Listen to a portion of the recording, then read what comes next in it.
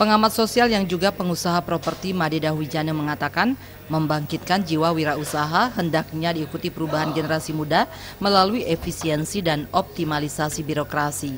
Tak dipungkiri selama ini masih banyak generasi muda maupun orang tua berharap anaknya menjadi pegawai negeri ketimbang menjadi wirausaha.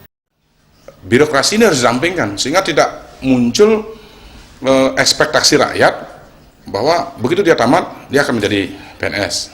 Karena memang di situ ada ekspektasi. Kalau sekarang sudah dibuka wacana bahwa akan dirampingkan, sehingga nanti itu ekspektasi tidak akan tumbuh melebar. Saya yakin output siswa ataupun mahasiswa yang selesai pendidikan menengah ataupun perguruan tinggi akan pasti sasarannya, saya sudah tidak akan mungkin jadi PNS atau tidak mungkin jadi saya harus berbisnis.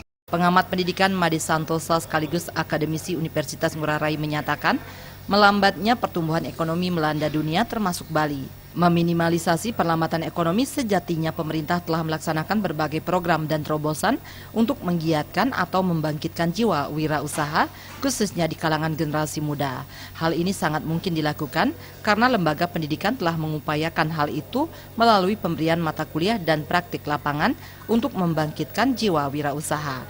Dan kapan ini mau berakhir krisis ini kan? Jadi dunia usaha itu harus cerdas sekarang menyikapi. Dia harus masuk ke sana, cerdas.